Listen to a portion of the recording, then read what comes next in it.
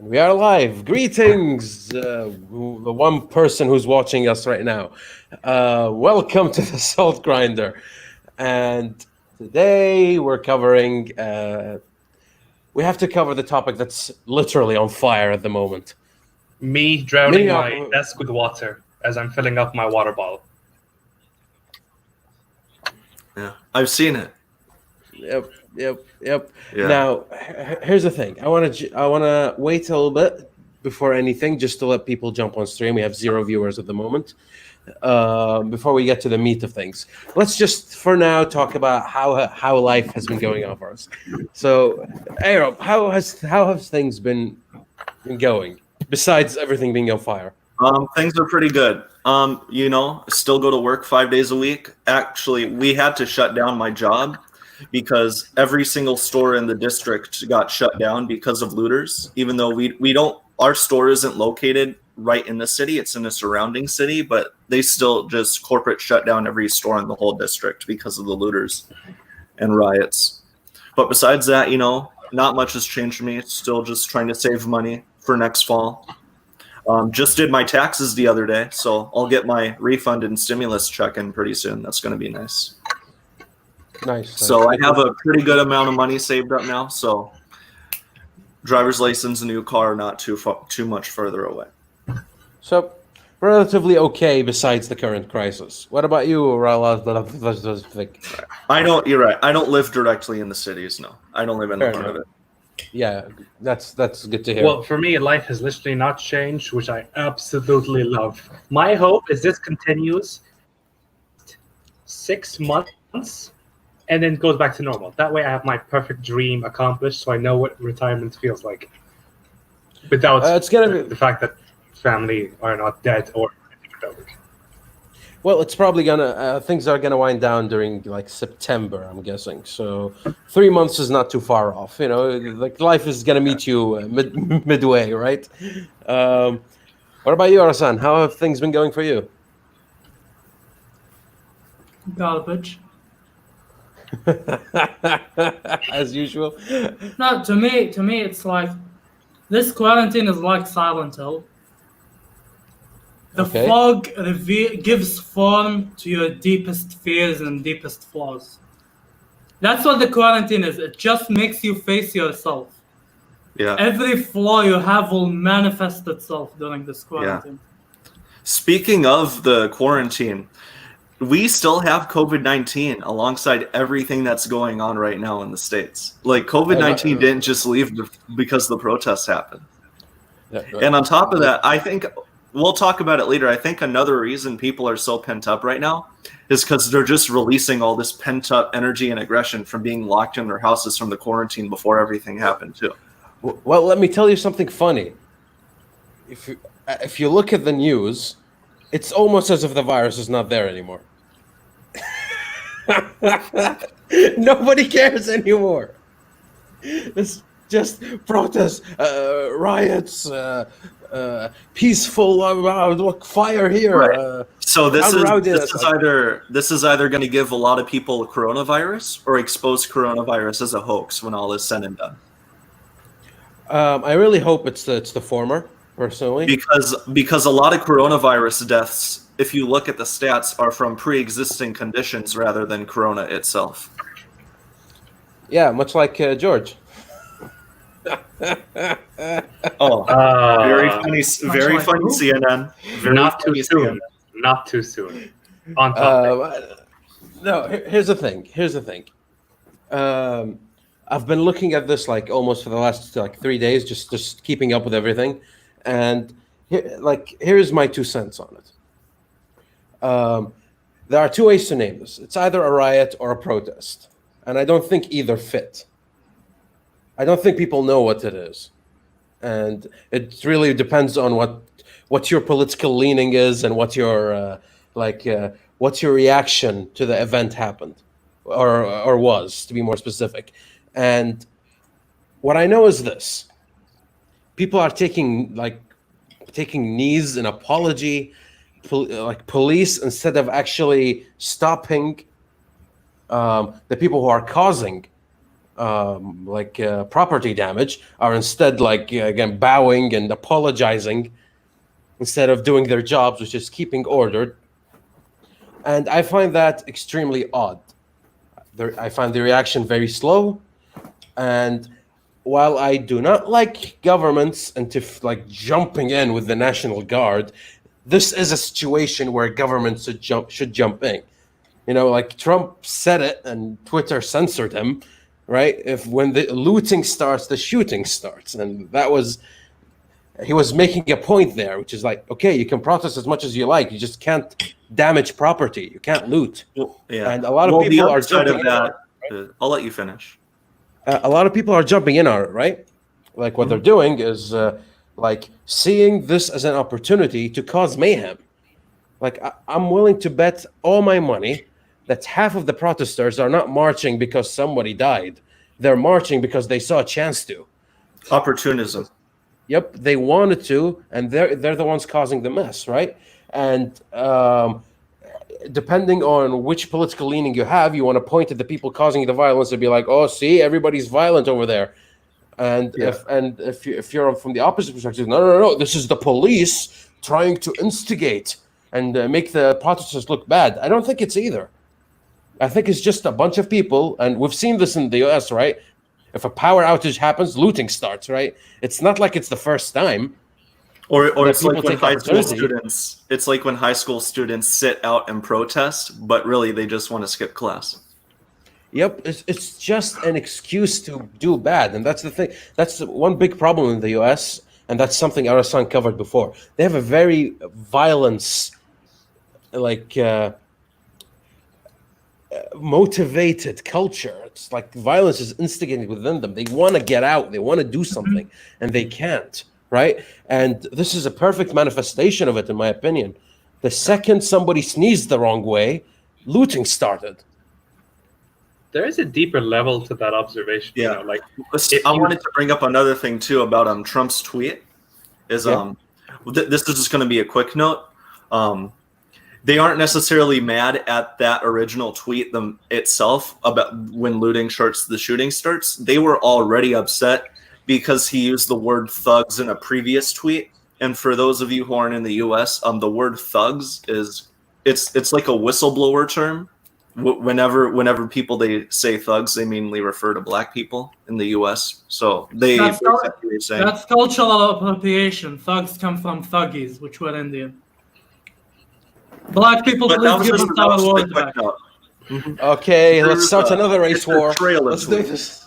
Yeah, so there was a trail of tweets, but anyway, yeah, he signed an anti-internet censorship executive order because Twitter blocked his tweets. Yep. We're gonna get to Trump in a second. First, let's cover the matter at hand. Ralosvek, do you think?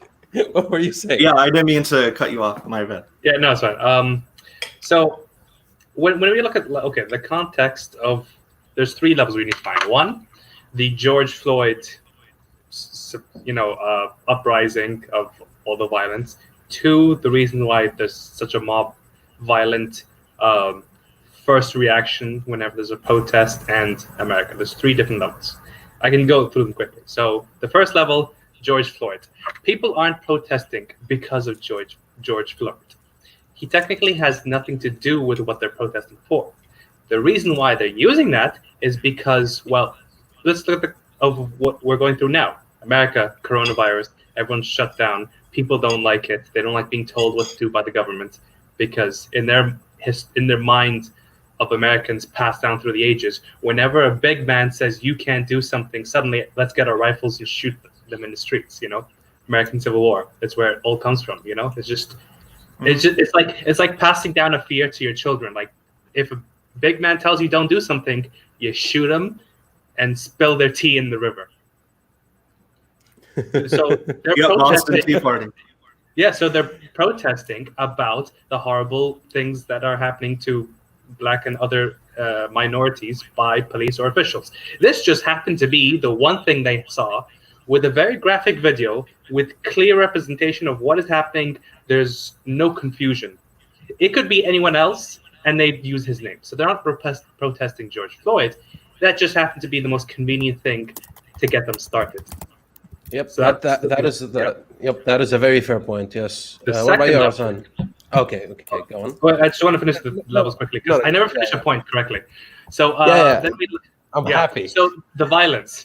Okay, so wait, no, yeah. So the violence that you said, why Americans straight away go to, let's loot and just destroy shit. Well, I think it's back to, even before the Civil War, back to the independence of America. It's like Americans, and there's this like constant fear of like being attacked by someone and having our rights taken away and our right to live, straight from the independence war with England. It's like people were fighting in the streets against this enemy, and even the Constitution of America is basically it's partly like, okay, you deserve this, but I'd say 50% of it is also, hey, we were so scared and traumatized by what happened then that we're going to make a set of rules to make sure that never happens again. And that transcends, like the right to bear arms. Why would you need to bear arms unless someone historically has tried to murder you and take away your homes? If that never happened, that would never exist. That's why they're so violent. It's just basically Britain scared them so much that they're mentally fucked for generations over, and it's carried on into everything else. Yeah. And I mean, you can notice this trend in a lot of Western media too throughout the years. Classic Western movies, and then Italian gangster movies, and then mainstream hip hop, because there's definitely an agenda in basically mainstream media, whether it's Hollywood or music or video games. So there's always general content, and then whatever the mainstream is trying to pushing and what agenda is behind it. Yeah, and the right to bear arms, honestly, in my opinion, it's outdated. It's such a pointless, you should just remove it, because when have you been invaded the last time? Like full invasion. This hasn't happened yet. Yeah. So what are you waiting for? Except hold on. It's basically this is the Karen argument when it comes to vaccines, which is, why do we need vaccines? Polio has disappeared. Yeah, it disappeared because of vaccines. Like, that's one thing. Another thing is that this has never been about invasion. Invasion, you have the army. It's about the government turning tyrannical. And martial law. Yeah, but you can say, well, how likely would martial law happen? Well, history proved to us that it's possible. It happens when you least expect it. That's one thing. Another thing is, I think it's very dumb how people interpret that what did I call it? Amendment. Second Amendment. Yeah. Yeah, I think it's dumb how people interpret it and built a culture around it. But honestly, the fact it was there was very smart. Was very extremely intelligent. So I'll give that simple example, which I always give, which is, the time when I was an administrator for a YouTuber's Discord server for 2 years. Every time I set rules, let's say I change the rules or something, and I have to give the draft to the admins for them to sign it, I always keep in mind that I need to put a rule that would shackle even anybody who comes after me. Give them checks and balances into the future. So the fact that it was ratified was honestly very, very intelligent. And I don't think it's the Second Amendment alone. We can't just look at it and be like, oh, guns. Again, Switzerland also has guns. They don't have a problem. The problem is the culture. The problem is, like I told you, the guy who I blame the most for school shootings is Clint Eastwood. Because it's embedded in the culture, the cowboy outlaw who takes things into their own hand, and that is the source, not the Second Amendment. And in fact, the Second Amendment, I think it's a big achievement. Just the fact that someone would willingly shackle themselves and generations of leaders to come. Honestly, that's slightly revolutionary as far as democracy goes. Now, here's something I want to propose to you guys, and that's something I've noticed. Would you guys say that this is like this is the first time something like this has happened, at least in the shape it has taken, which is people on that scale, the protests / riots, depending on your perspective. Do you mean worldwide or just in the United States? No, in the United States. Nothing of this scale. The first one that comes to mind is the LA riots from 1992. That's with Rodney King. I don't know if you guys know that one, if that was worldwide when it came out too. Because I know a lot of American news is worldwide news too, for whatever reason. A lot of the rest of the world pays attention to what happens in America.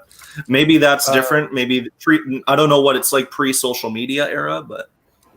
What was the pretext of those riots? Just so I can wrap my head around. Basically the same thing with the Minnesota riots. Rodney King was recorded beaten by the police, and then they found him not guilty of whatever it is they were accusing him of. So they basically just beat him up for no reason, and it was all recorded on video. And when the video got released on mainstream media.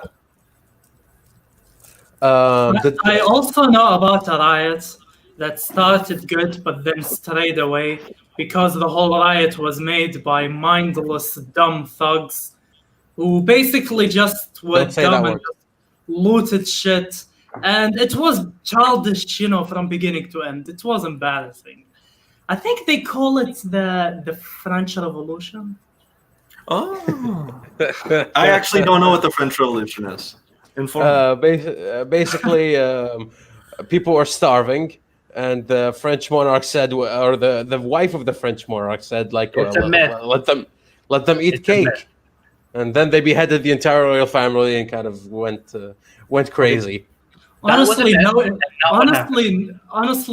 Marie Antoinette, it's very much possible. She had her hair made in the shape of a boat. Yeah, she's basically Kim Kardashian of that age. The bimbo, the brainless bimbo. That's Marie Antoinette. Yeah, because she came from like the Bill Gates of their time. Like Austrian royalty, super rich, high class. Like, of course she'd be like that. What did you expect? What do you think you were buying when you married her? No, I mean there are some women in history that were grown in luxury. And they still had balls, not fucking Marie Antoinette. No, it's the French effect, Everything is just pastries and shielding yourself. It's the Kuwait effect. There's a reason I call Kuwait the Paris of the Middle East. It's not a compliment. It's like it's like the fashion choices and the purchasing choices look bad, but they buy it because it's luxurious. They have an isolating mentality. Okay, we have these neighborhoods that are bad, and then we have these people within the wall that are fancy. It's the Paris of the Middle East. It's dumb. It's pathetic. I mean, the real way to put that is it's wealth without discipline. That's what causes that. No, it's making wealth a personality. Yeah, no, like wealth that is not attained or that is not tested by discipline causes useless humans and useless, pointless decisions. Like if you trained and worked to get that shit, man, you're gonna be the smartest, if like most evilest person in the world. But you're gonna be smart, No, here's the thing. Not to stray too far away from the point I want to make here is, to me, this sets a precedent to future riots based on this. And now that a big for this one like decade, this is still 2020, the beginning of the decade. Yep, and I think more will be coming. And the reasons will get sillier and sillier. Right now it's hashtag I couldn't breathe. Tomorrow it'll be like, oh, I sneezed the wrong way, and then after it it's like, oh, my skin itches. Let's revolt. Wait. Where's that coming from? Why are you like condescending the guy dying and like being choked to death into that, like, where'd that come from? I'm not belittling the guy's death. It's not necessarily him. It's the trend of the masses. Yes, it's everybody else using his name. It's like, okay, a person died. That's a tragedy, and that should be that should be checked, that should be reprimanded. And the U.S. police system needs some cleaning up, especially that 1960s act that lets every officer do whatever he wants and go, and basically walk away with a slap on the wrist. That should be fixed. Fair enough. This is not how you fix it, though. And people are using here's the thing. I see this, and everybody's like, okay, America is the only country that pulled off multinationalism correctly. I think this is a very clear example on why this is bull, and that's just America patting itself on the back, and now America is paying for it. Every group in the world is turning this event and basically going like, see, white nationalists. Yeah. Well, see? one thing I would say, people. right? See? One thing. Canada, they do that in Canada as well. One thing I would say about a lot of these, whether it's COVID-19 or the riots, is a lot of these shorts. Unfortunately, not that they don't matter. However, one thing that must be always considered is the long-term after effects, especially the economic ones. How the quarantine and lockdown is affecting the economy, how the riots are going to affect the economies of the cities that they're taking place in, local, and I forgot that word. I can't believe it. Global, local and foreign. Fair enough. Yeah. Yeah. So one thing I'm thinking is, here's the thing about the riots is, historically speaking, in the United States, the loudest message that's most effective, since we're capitalism, is an economic one. So the loudest message that's going to gain one is looting, an economic message. But you have to think about, after effects, where am I going to go grocery shopping when this is done? Where am I going to get a haircut? Where am I going to do this? Where am I going to do it? Because a lot of these places, the cop's neighborhood is still perfectly fine. Not that I'm condoning going after his neighborhood. What I'm saying is, how do you raise a strong enough economic message in a state like this without causing irreparable damage to the neighborhood you live in? Because where are you going to go grocery shopping? Because not everyone has a car. Here's the thing that pains me the most about what you just said is it's not the big corporations that everybody hates that are going to suffer from this. It's the local stores, mom and pop shop. Yeah, it's like and I mean, there's a lot of GoFundMe's online. They're like, businesses can be replaced, people's lives cannot. But this is still damage. It still takes time and energy to rebuild. It's a strain. It doesn't happen overnight. Yep, it's a strain over local business, because local business, even if you GoFundMe those stores back, the trust in the neighborhood has decreased. The facilities would not be there. The transportation will not recover for like a year at least. Right. Like why would they even want to open a business in that neighborhood anymore after that? They'll go somewhere else. Exactly. So you're not hurting anybody except yourselves, the people. The little guy, you and me, are the guys getting damaged by this. So are these protesters doing what is actually relevant? Are they doing? Well, here's what's funny. I don't think so. A lot of the protesters are people who don't even live in those neighborhoods. There are a lot of people who are out of state. A lot of people in Minnesota right now are affluent young people that are coming from neighboring suburbs or Wisconsin, neighboring Antifa. A lot of Antifas there undercover too. So it's a lot of the protesters, they have every incentive to tear these neighborhoods apart, because theirs is going to be perfectly fine when they go home at the end of the day. They aren't going to suffer the economic consequences of these riots like people who live there are. And here's one more thing. And it sucks to say, not to generalize, but I feel like a lot of the people who live there, because they're emotional right now, which they have every right to be from what happened, it's blinding them to this fact that, a lot of these people are tearing your city apart. They don't even live here. So they're still going to be perfectly fine when these riots are over, but you're not. They won't suffer the consequences. And that is very relevant. And here's the thing, action without consequence is a dangerous thing. Yep. And It reminds me of a video I watched a while back, and it's an interview back in the 70s, I think, by a former KGB agent called Yuri Bezidov or something to that effect. And he basically detailed the Soviet plan to basically crush the United States. And it goes along the line of demoralization. So basically destroying the patriotic structures that make people love their country, and building a sense of weakness and lack of cohesion. This has already been seen in the U.S. with all of its, with the mess that was like the feminist movements, the Antifa movements, like the riots and the constant violence happening all across the United States. It's already been there, and it skips off a bit until we reach a point called crisis, and I can't help but feel like we've reached a stage of crisis in the U.S. as detailed by Yuri Bezidov in that interview, which is basically causing it goes from I think 2 to 3 years. It takes that long to for a country to enter crisis, and it's basically to bring down the powers that be via violent uprising. And I'm not saying it's reached that level yet. I'm saying it may as well be the start of it. Yeah.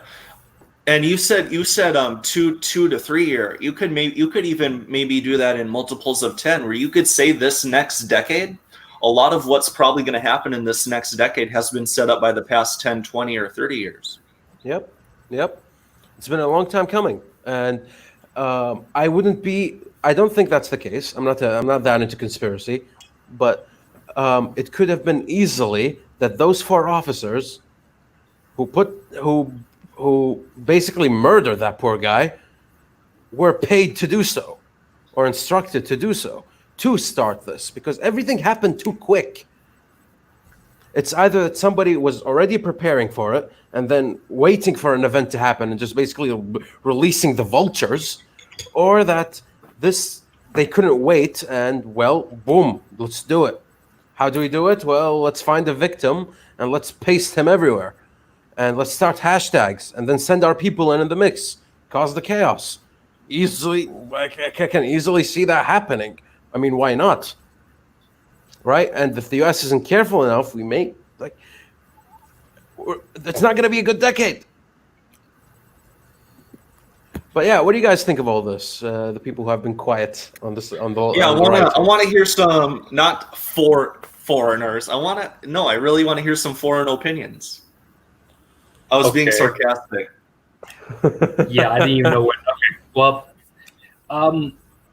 when I'm faced with conspiracy theories and things, usually what I go to is I try to solve and heal what I directly see, which is the people, because I feel like if you get that done, then you pretty much beat all of the problems.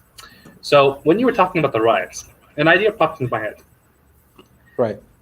Okay, so a guy gets killed, and their first reaction is, looting, destroying their neighborhoods. And then I realized something.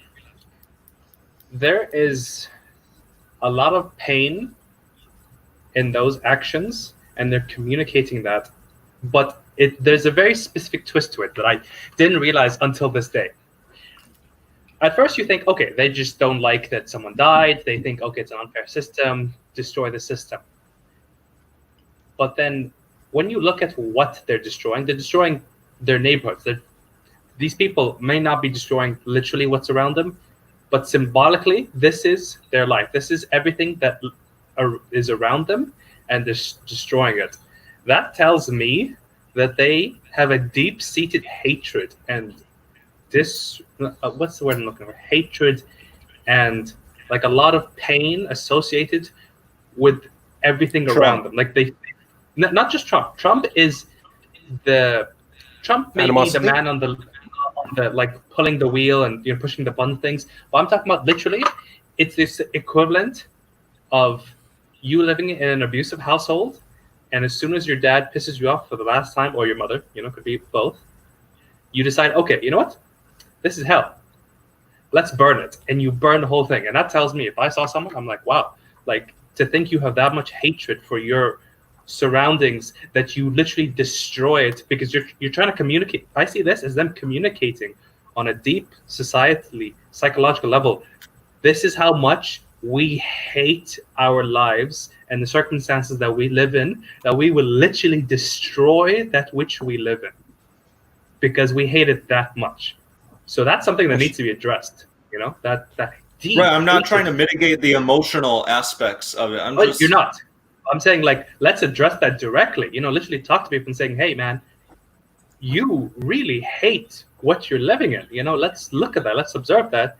And, once you help them heal a little bit, then that's going to give them the opportunity and direction to how to change that. You can't solve your problem of abuse if you're never aware of the depths of how it's affected you.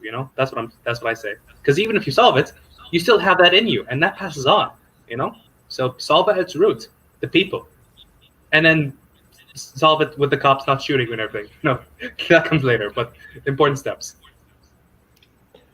What about you, Arasan? 7 years of therapy, it pays off. I'm not sure you guys will like my take. No, I like your take. That's why I asked you. Go ahead. It is what it is. Are we bombing India and China? Because here's my take. I think the way I examine events is just look at them, look at the pattern, and project to the future. I think we're at the beginning of the end for the fall of the United States. Now, have you heard of this Reddit meme ideology, political ideology called accelerationism? I'm familiar. Go on. It addresses capitalism in particular. I don't think the problem of the US right now is capitalism, so I'm not talking about it in the context of capitalism. But the idea is we need to accelerate capitalism. We need to speed it up because that is the only way to speed up its self-destructive tendencies and the only way to create radical change. So these people hate capitalism. They're like, capitalism is bad. How do we beat it? Help it. Help it so fast that it collapses faster because we know capitalism will collapse. I'm not talking about capitalism in particular. What I'm talking about is we need a leader, kind of like Putin, who's willing to get his hands dirty, that speeds up the process of the collapse of the United States and basically sets it in his own terms. So they can contain the damage as much as they want, and they can prepare for it when it comes. You don't let it happen slowly and, death by 1,000 paper cuts. You have to do it quickly, contain the damage, have a plan. Basically, to quote Jordan Peterson, don't chain the dragon of chaos. No, unleash it. Let the radical change happen and try to control how reparation happens after it. Because I'll tell you one thing, and I don't care who's watching this. It's the same strategy I applied when it came to the Discord server. If a leader has balls and they actually want the success of the United States, they need to declare Antifa as a terrorist group. Already done. They already did. They already did, and they're letting. They just. And they're letting. When? They just a while back. They just did. They just did. Donald Trump just did it the other day. So they have the military police and the National Guard with these riots and the cops. So if you're arrested and you're Antifa, you're arrested as a terrorist now. God bless your glorious wig. You're like that one German in like 1947 who was, man, if only we'd invade France. Like, dude, we're already there. Like, what? I gotta join. He goes and leaves. Like, why didn't you tell me? I've been doing this for 10 years. No. These things. No. Here's the thing about social media. There's so much information that comes out every second of every day, and it's hard to keep up with from all the different channels you're subscribed to. Whether it's people you follow, channels you're subscribed to, the pages, this, that, etc., that it's hard to keep up with it all. unless you have a focus of what you're following. Dude, I did not look up anything about those riots. All I know is that police killed a guy and people are mad. That is the only thing I know. I'm already tired with this epidemic. Fuck this shit. Yeah. But wow, thank you, Tom. Dude, that's why. Remember when we were talking about the presidential candidates, and you said Trump was an emergency president and they don't need him for 4 more years, and I disagreed. This is why I disagreed, because he's a wild card. He does a lot of shit you don't like, but then he'll pull something out that's like, okay, Joe Biden wouldn't do that. Dude, when it matters, Donald Trump stands. He has 100,000 flaws, but that's the perfect leader for me. I want the leader with as many flaws as possible. He's the perfect emergency leader. I thought 4 years would be enough because he seems to be quick, but turns out no. He needs 4 more years. No, with everything going against him. Either he accelerates the fall of the United States and control it, basically World War II level shit, or he declares a national crisis. Yeah. He needs to declare a state of crisis. Yeah, honestly, I don't think people realize how much that action is going to help labeling Antifa as a terrorist group, because they are not helping in these riots at all. They are not helpful at all. Because they're go ahead, keep going. All they care about is just spreading chaos. All they care about is chaos and just spreading chaos and tearing things down. No, funny enough, that is what happened in that Discord server, because we like long story short, I won't go into the details. This is 2 years of history, but basically there's a guy who was salty because we demoted him, so he kept coming back. If we ban him, he comes back with an alternative account. He has his own server, brings his own people, and they're very slow. And the server owner was telling me, how do we deal with them? I told him simple. No matter how slow they are, declare it as a raid. This is a raid situation. A raid is basically when thousands of accounts come and you have to declare basically server emergency. All the rules are shut down. Or what the admins say, basically martial law. I'm declare that and fire them down without, execution without trial. And, basically, on that context, that is honestly what needs to happen. You can't think, does Antifa, are they abiding by the First Amendment? Is it freedom of speech? I mean, they have a good cause and people no, terrorists and declare emergency. Quickly. This, if you play with them that game, they already won. You have to declare emergency. And here are a few fun things for you guys to... They're more organized than you think. I watched some videos. Dude, and to give context for DarkRQ8 in the comment section, the poor DarkRQ8 who's confused, Antifa has been causing violence, and basically they're trying to be anti-fascist, but they do everything fascist in existence. They attack people, they cause violence, the police don't do anything. They've been causing a mess for a very long time, and it's been a long time coming for them to be declared a terrorist organization, but that's besides the point. Ralosvek has made an interesting point about people. Context. In the last riot, I forgot his name. The first guy, the first black dude that was killed in Ferguson. Nobody knows his name, and nobody will remember this guy's name either. Go on. I think Michael Brown. Yeah. Fuck you. That's another guy. Okay, that's an actual guy. I think that's another telling point. Just context for the dark eye. Are you sure it's not Joe Blackman? No, I know it's a good pun, but still. Okay. I think that's another telling point, though, is that it's happened so much this past decade that you can't even remember all the names. One by one, guys. One by one. Arasan. Because this point is important, just to give Dark Eye an image. During those riots, when the first black guy got shot, they released a video of Antifa people kidnapping a disabled white dude and then putting him in a room and kicking him while calling him white slurs. That's Antifa. No, basically. But here's the fun part, and I want to address Ralosvek over here, when on his point of the animosity of the people, the hatred, and how we need to heal them. Actually, that's one point that's been addressed by Yuri Bezidov in his video, and basically, in the what he said is the process of demoralization, which is basically convincing people that their life is hell and that it needs to change, regardless of the good and bad. Right? You're living in a world that's going against you, and there's nothing you can do about it. The only way to defeat it is to kill Big Brother government, right? No matter what. No matter, like, you know, the path to the utopia is on the corpses of the system, etc., etc.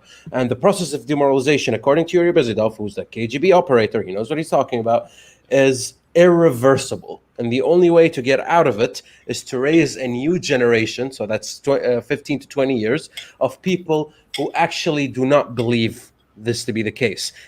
Like a new generation has to be re-educated, because basically the basic concept of leftist agenda, and I'm not right-winged, but it is relevant since it is the radical left we're talking about here. Is built upon ideology that states that common sense is tyrannical. Logic is tyrannical. And common sense is a social institution that is based around tyranny. Pretty much. So when you come to people who their ideology tells you that, like, rational debate is a form of tyranny, there is nothing that you can do about it anymore. The only way that they're ever going to be convinced otherwise is through an intense emotional and physical experience, i.e., for example, the revolution failing, a la the Soviet Union, for them to realize that their brilliant ideas that were not built upon common sense don't actually work. So you're stuck with these people, and they're a constant thorn by your side, and they've been congregating in the U.S. college system and education system for at least 40 to 50 years, at least, at this point. It's very ingrained, and it shows. People, like, I saw a video, it's so sad, it's so fucking sad. Dude, like, I'm in Kuwait. And in a liberal arts university, and every professor is Marxist. It's weird. No, here's the thing. This video really struck a chord in me, because one guy, he walked to a girl, like, you know, in Minneapolis. She was scared. She was like wearing her mask. Popped to her. She was a white blonde lady, so a normie. Okay, she was walking, minding her own business, and this guy with a camera approaches her. She first gets scared, and she tells her, "No, don't be scared. I'm from Black Lives Matter. But I'm not, like, you know, like, my boss told me to come here and to interview you," basically. And he told her to kneel and apologize for her white privilege. Guess what she did? She kneeled and she apologized, and she looked so guilty and so apologetic. That's how demoralized people are at the moment. People are willing to do this. They're not willing. I'm not saying stick to your team. I'm saying you didn't do this. Don't apologize. The group and the individual, balancing the group and the individual is a complicated thing, especially when it comes to different groups. There is no group. It starts with you. If you had done nothing wrong, you don't apologize. And if your group has done something wrong, you condemn them. You blame them. You don't blame yourself. That's ridiculous. You work to fix it and erase it out of your group, sure, but to basically treating the group as a hive mind, and if one person of the hive mind fucks up, suddenly you're at fault here? That doesn't make sense. One of the most deadliest things that I've often observed that destroys, actually no, not destroys, because I've yet to see this actually come to fruition, but I know it will come eventually, hopefully not in my lifetime, but one of the most deadliest things that can destroy any set location, be it a nation, be it a continent, I've yet to see it happen, but it is social trauma. And this could be like from genocides, invasions, you living in America, because just instantly just living in America, everything that's fucked up happened just transfers onto you. One of the most deadliest things. And this is one example of it. You know, like this random person, you could literally say, okay, let's pretend it's a genocide, and it would make perfect sense. Literally, step by step, you have all things. You have a group that have been persecuted and attacked, but have not been fully destroyed, which is terrible. Because like in a genocide, if you don't completely destroy the other side and they live, there is blood in the waters, and that will circulate and filter down to the generations. And humans have this beautiful ability of empathy, which has a serious downside, which is when someone, like 200 years later, when a black person is still angry because someone that they never met and don't actually care about was a slave, they hate all white people.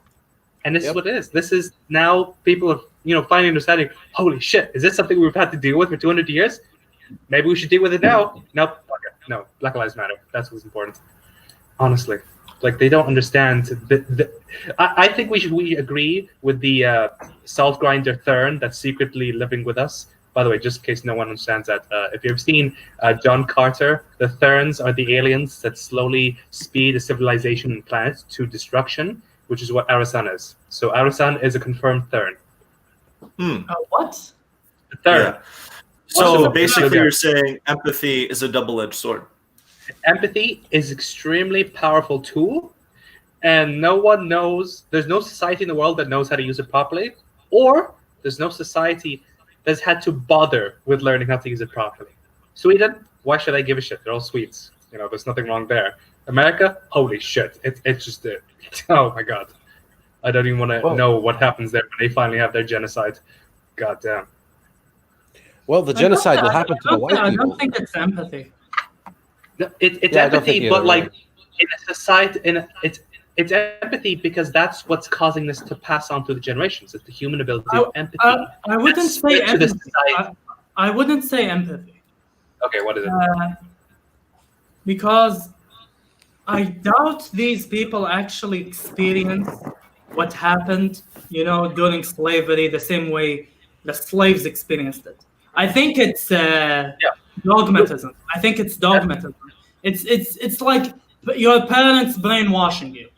When you're always living and people around you are telling you you're in danger, society's out to get you, society's it's dogmatism. It's basically dogmatism. It's how you get radical religious people. That's like thousands of years, and even societies they didn't meet. Like Christians in the US are quoting the Bible to say white people are good, even though Jesus was like in which society? He was a Jew. I wouldn't even say Palestine or the Middle East. What civilization was there that no longer exists? You are right, but I'm also right. Yeah, and so I can explain. It's dogmatism and brainwashing. You are right. That indoctrination. And it is empathy. And let me explain how empathy plays that. It's like when they study genocides, like the Rwandan genocide, I love this. I talk about it all the time. It was such a beautiful time studying it. Not that it was beautiful, but you know what? I'm not going to defend myself. Anyway, I loved it. So when they studied the Rwandan genocide, right after it happened, and through many years, okay, like because after the Holocaust, because that was the first like modern day genocide in the age of human rights. God, I hate that title. But anyway, they try to see, okay, what are genocides? What happens after them? Because this is quite a recent thing. We still don't fully understand genocides because not many generations have passed since they happened to fully see it. So they saw that people somehow had managed to pass on the memory and the emotions of what they experienced to the next generation without them ever experiencing. So basically, what had happened is they had found a way to completely replicate the emotion without the actual cause. And so you are inheriting the hatred from your parents of something that happened to them. It's like how people are like proud, like, oh yeah, Egyptians, fuck you guys who do this, okay? Egyptians are like, yeah, we built the pyramids. I'm like, fuck you, that wasn't you. That got nothing to do with you. But that passes on to each generation. But think about it. The next generation didn't come up with the idea, but it is so true to them, it is like they came up with it. And this passes on, and it gets reinterpreted for each crisis, for each trauma. But that's the core of it. It's the human empathy to pass things on and to reinterpret it and make it relevant. And this is what we're saying. This, it changes for the terms. Like people aren't saying, "Oh yeah, slavery was so bad, I hate it now." No, they're thinking, "No, black people being attacked by white people in the system." You see, reinterpreted for the modern day. Well, here's the thing, right? If you ask me if I had to bet on which cultural group, if you will be genocided this time, it's very simply will be white people. Like, I disagree. I think it's going to be a literal all-out brawl. Everyone against each other. No, it won't be white people. It won't be white people. The whole deal that's happening against white people will lead, like on the extreme side, it will lead to a civil war, not a genocide.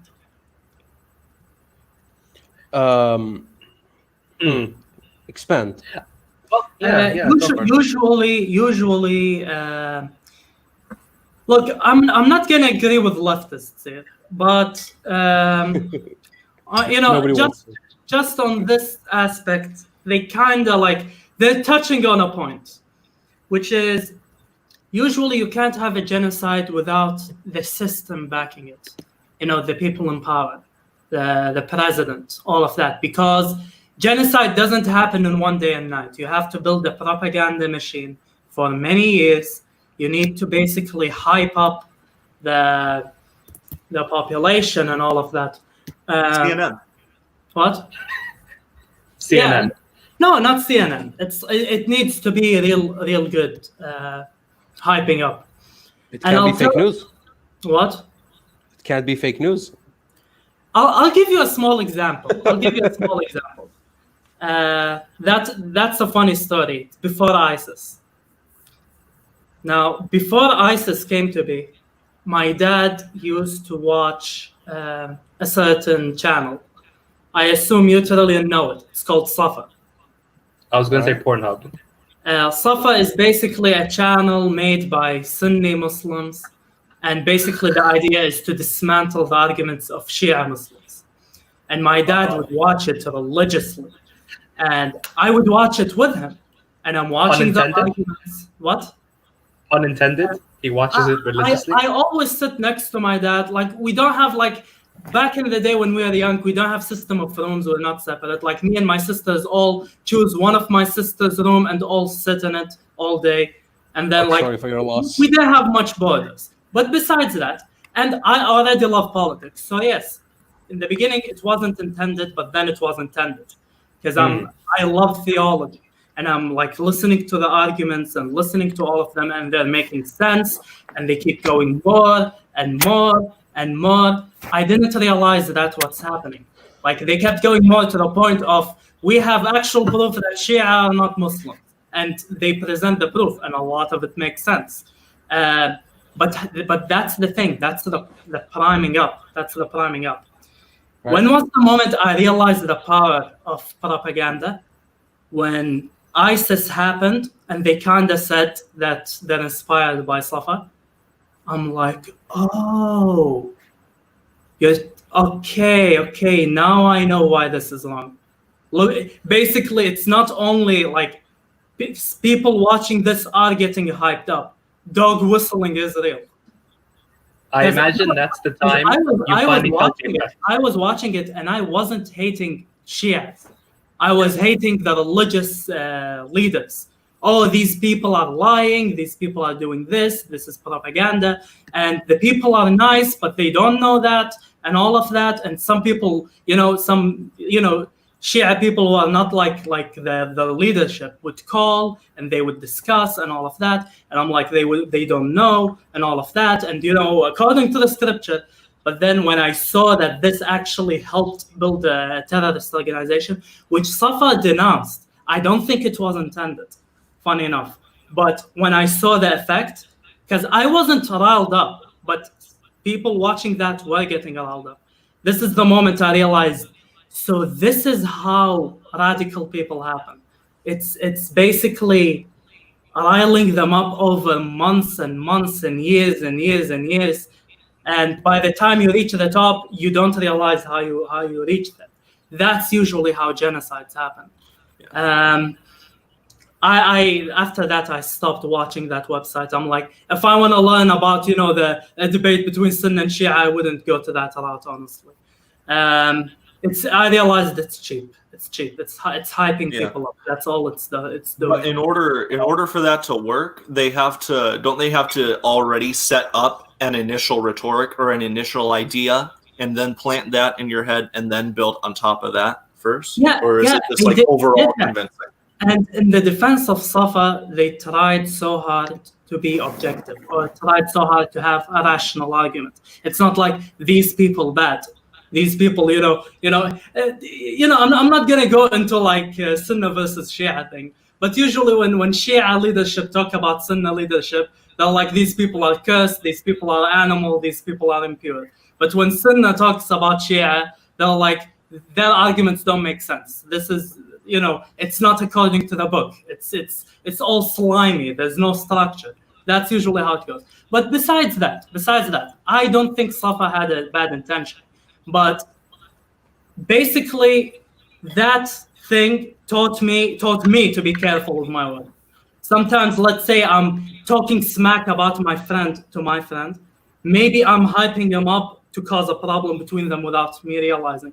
Because constant talking like that would hype people up, even if you don't want to.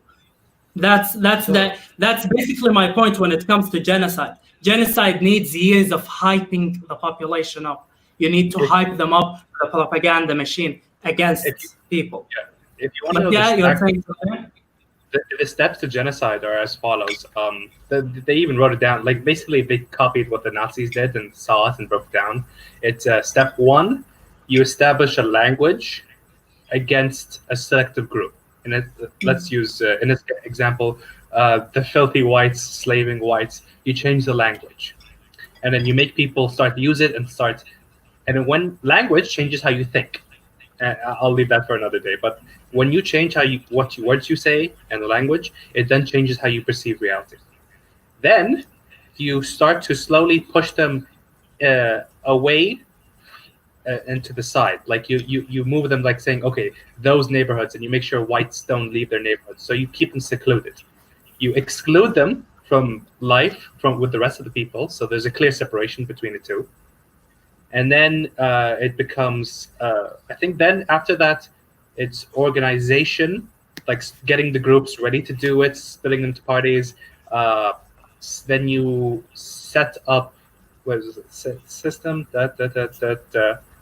and then it's the actual engaging, whether directly or indirectly, of killing them all to the point that they don't exist anymore. There are steps you have to change how they think, which is the propaganda, the Safa. That's how you would start it. That's the first sign of a genocide, is when you change language into a problematic state.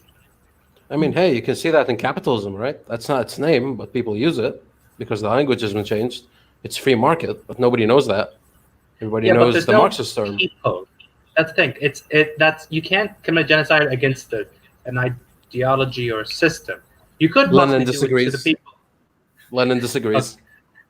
Yeah, well, Lenin's dead, and he got killed by Stalin. So I don't know how valid the argument of the guy who got Lenin disagrees. No, Lenin wasn't killed by Stalin. Lenin's dead corpse can disagree all he likes. He's dead, bitch. Dude, Lenin was a poor. Lenin was a fight corpse. Interests me is Yeah. Okay. One thing that interests me that I want to pull back to is with regards to his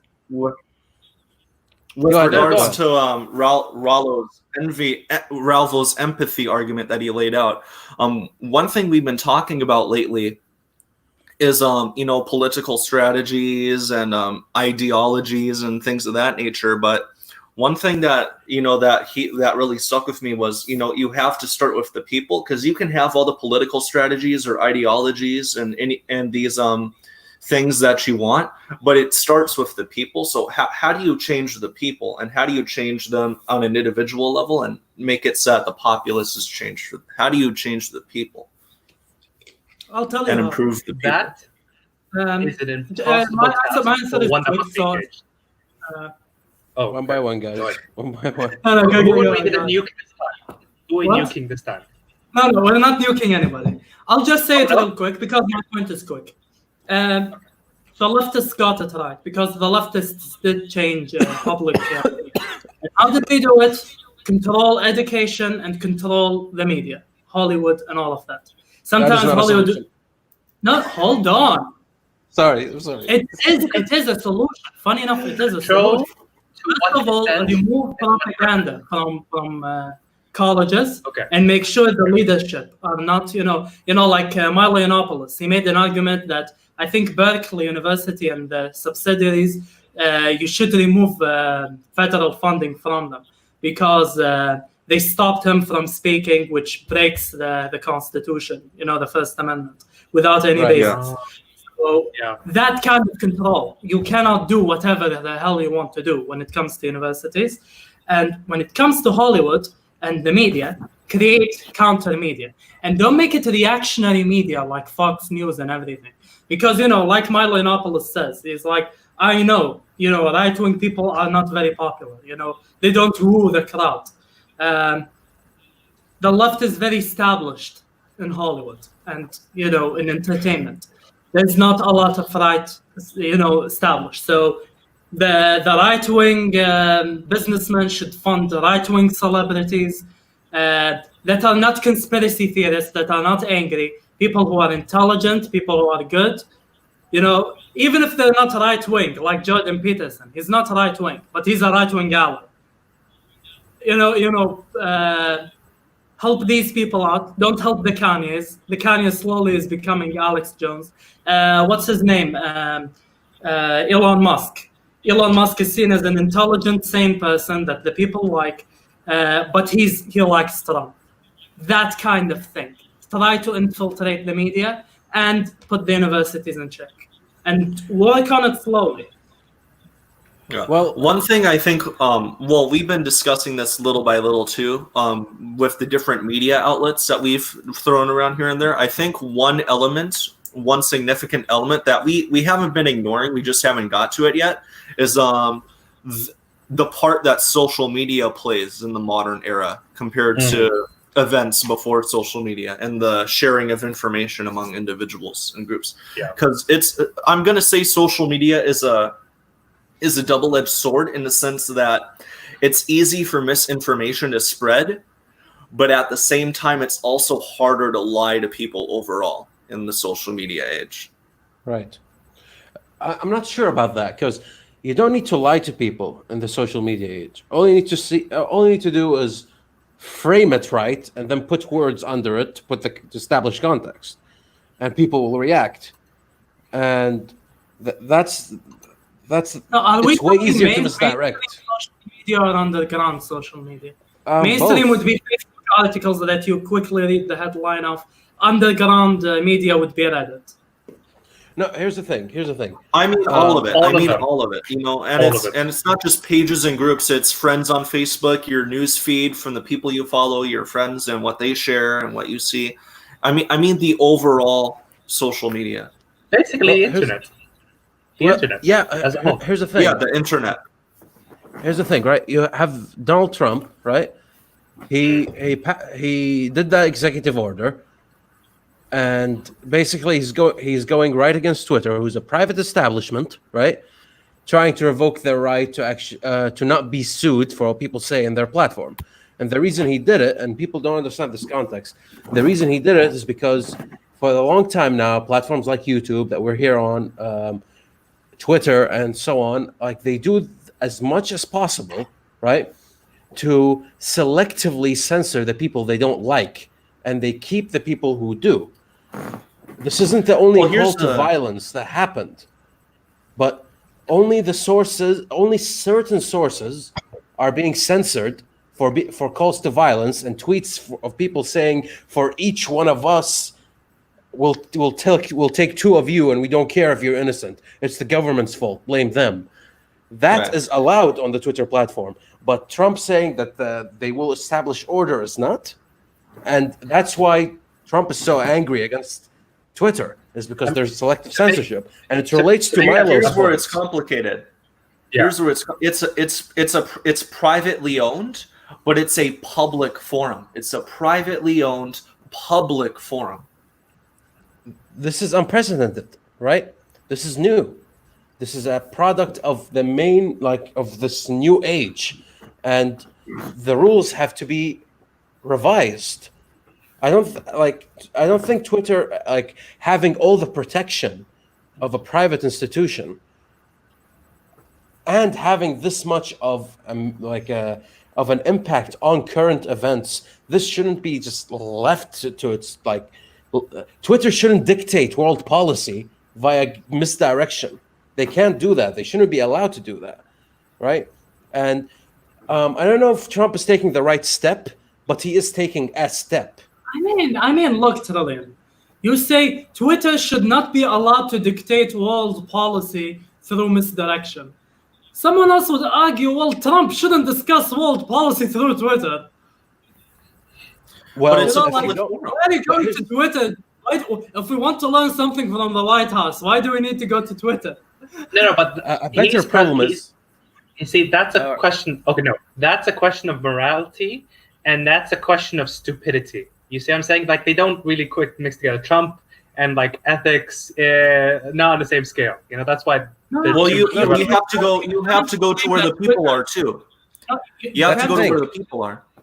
No, here's the deal. You can't claim Twitter is immoral if the morality for social media hasn't been made yet.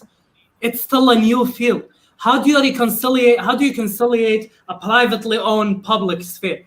We need to create new morality to match that. Till then, don't post fucking world policy on Twitter. Well, what else can you do if that's where the people go are? to Tumblr. I don't care. Go to Tumblr, really. No. If you stay off, people... as the House of Commons in Britain says, through the usual channels. Communicate through the usual channels. You have a saying White nothing House at all would raise more questions. Saying nothing at all would raise more questions. No. If they weren't on social media. No. Let me. Use the speaker, the official speaker of the White House. Here's the thing, Arasan. People already tried that. The Republicans were always all nice and proper, right? The Tory party in Great Britain were always using the proper channels. When did things get traction? When did Brexit happen? When did Donald Trump get elected? When they infiltrated, despite people doing anything, those social media platforms. They jumped in there, and Twitter and these platforms noticed, and that's where they started the censorship. The censorship, like, over the last 4 years, have been overwhelming, like, horrifying, because they're like, oh, they're in our sphere now. We have to stop this. We have to prevent this because the utopia is in fucking jeopardy here, right? And they can't do that. There is no proper channel anymore. Which is why I blame the right wingers in the US. Yeah. One thing I'm noticing is I think people are starting to get it now, though, because I've seen a lot because cable TV is pretty much dead. That's why Hillary didn't have a large social media presence, and people are on the internet now instead of watching cable TV. I'm noticing a lot of cable TV channels and programs are starting to transition to the internet now. CNN puts a lot of their content on YouTube. A lot of mainstream news outlets put a lot of their content on social media and YouTube now. I think they're starting to get it. And I don't know if that's necessarily a good or bad thing, but it's definitely going to change what's going. Because now mainstream media, like, they're transitioning to social media, but it's a platform where small outlets have an equal playing field, because that's just how social media works: is likes and shares and follows, etc. And it's they're already a little bit in social media. And they're already transforming and controlling a platform that's supposed to be neutral and away from the mainstream. And, it's supposed to be YouTube. You post what you want and you have the freedom. Now the corporations got in. Now it's no longer YouTube. Now it's CNN too. Like, it's going to get worse. It's only recommended to. Trending to. Recommended to. Yeah. There you go. Like, it's... and what is that going to be our life? we create something underground, they take it over, and then we have to move further into the fringes, create something, and then they take it over, and then we keep moving. That's how most how most startups work. That's how most small businesses and startups work. They make something good. They want a big company to buy them out so they can retire early. Except it's not only a business. It became a culture. The internet underground culture is a culture. You're taking over a culture. Like that's the problem. That's why I'm having a moral panic when it comes to capitalism, because business and culture became intertwined, and that's the problem. And this is actually why I'm not for quite. I don't think it's good, but I'm against revoking that law with the Jeet Pai thing, the devil himself. Yeah, because here's the thing. I want the playing field leveled again, because that was what YouTube was. It was a leveled playing field. It doesn't matter how big or small you are, you have an equal chance if you get the right clicks. Poor Abraham Lincoln. Like, remember when he said the United States is freedom's last hope, it's democracy's last hope. I think that hope is dying. Because he didn't actually fully believe that. Because Abraham Lincoln was super racist, and if he could have the union of the South and the North while having blacks as slaves, he would have said yes. Dude, I also say all people are born equal. Do as I say, not how I do. No, here's the deal. Like, freedom, the First Amendment, leveling the field. These used to be things in the US that you can rely on. Things that you can feel safe that they're backing you. Okay, we know for a fact nobody's going to tamper with this. And now we can talk freely because we know this is backing us. I no longer feel the US has that guarantee anymore. I have an observation about that and about the internet. It's just hit me, and I want you guys to react to it. Tell me if you disagree or agree.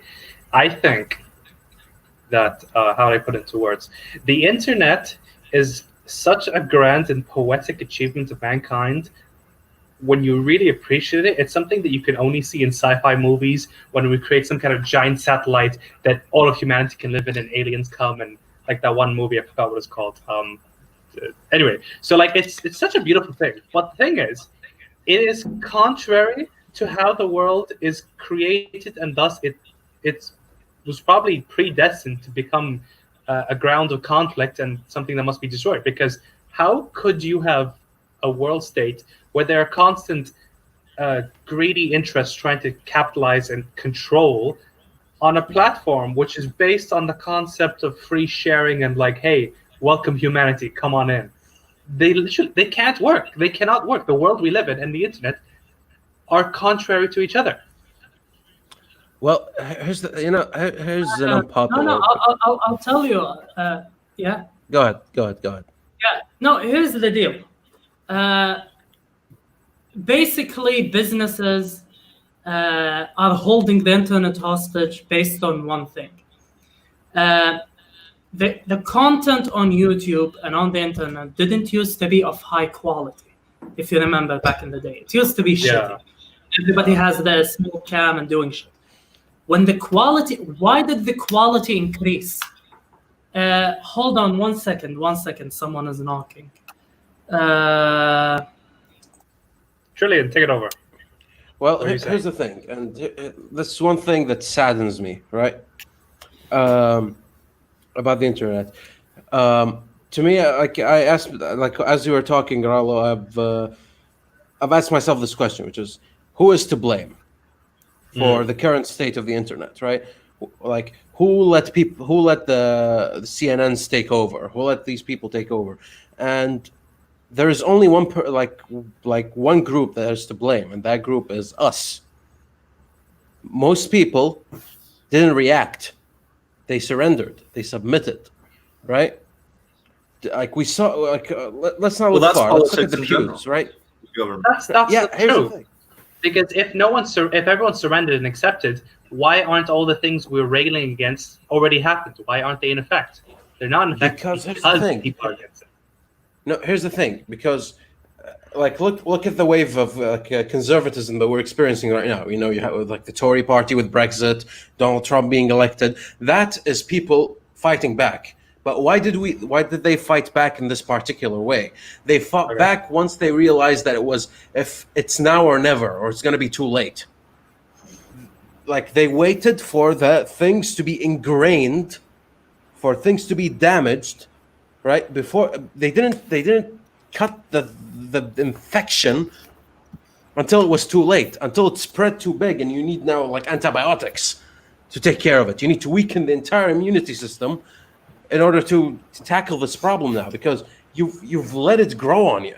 So I blame us. I blame the creators. I blame the people who saw things coming in, and instead of being nope, they went like, please no, my income source.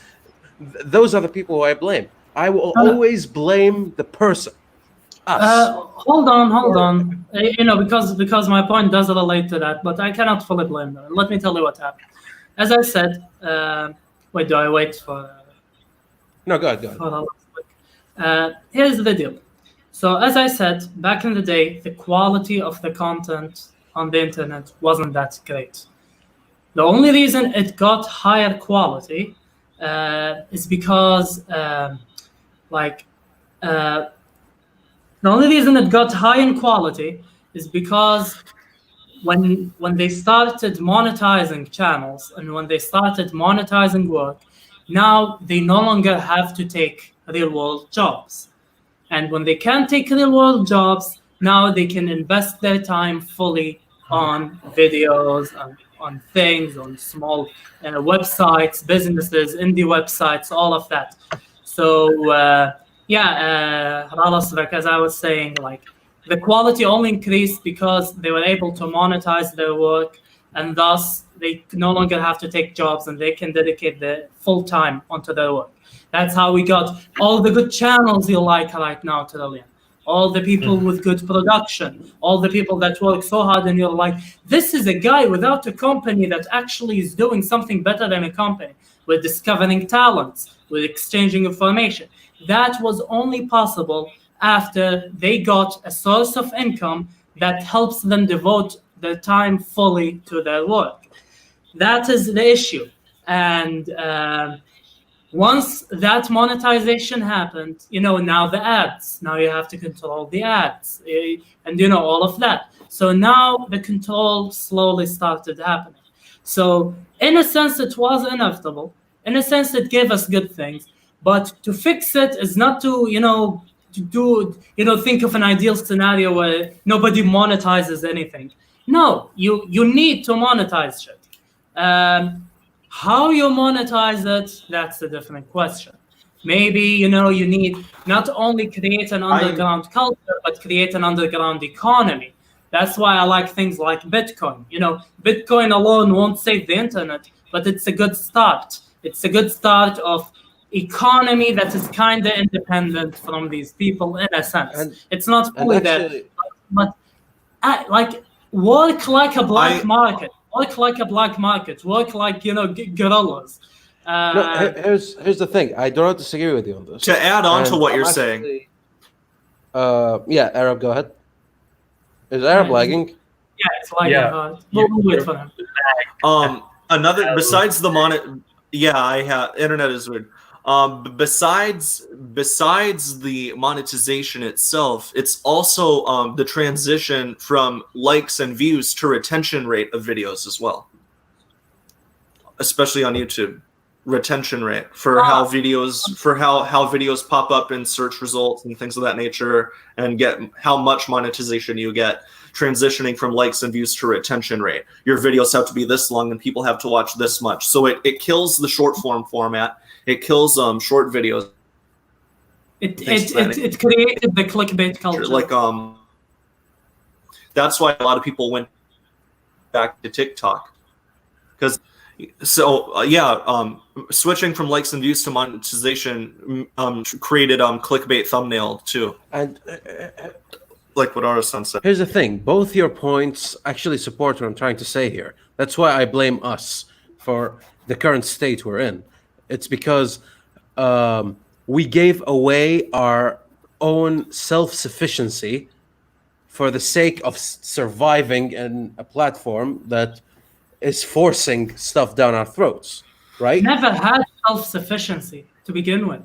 And that statement is false. We are not we cannot be blamed, but we are at fault. The real fault is with the Fire Nation when they attacked the internet and caused all the shit that we're complaining about. Okay, they're the real enemy. It sounds like a joke, but I'm being honest. Like, it's the Fire Nation. They did it. He does have a point. He does have a point because they just added the series back to Netflix. You know, we got attacked. We should be blamed for being attacked. Kill those guys. Blame them. And that's the point. Here's the deal. We kind of caused it without knowing, but the real people at fault are the people who held the platforms that we had. People like YouTube, people like, Yahoo, and they own Tumblr. And, the Tumblr apocalypse that they did recently that plummeted the entire site.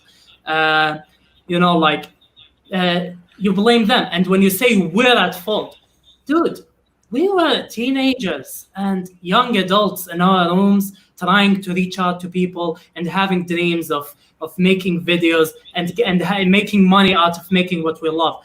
We are intellectual. You treat us like we were like economic experts. No, it was bound to happen. We didn't know.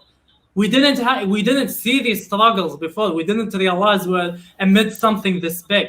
Back in the day, we were nothing. We were treated not even like a marginal media platform. We were like the margins of the margins of the margins. Nobody took us seriously, including ourselves. But now suddenly a lot of good things happen, and now we have to cope. That's why, I support people like PewDiePie, because these people can be good guides for the community.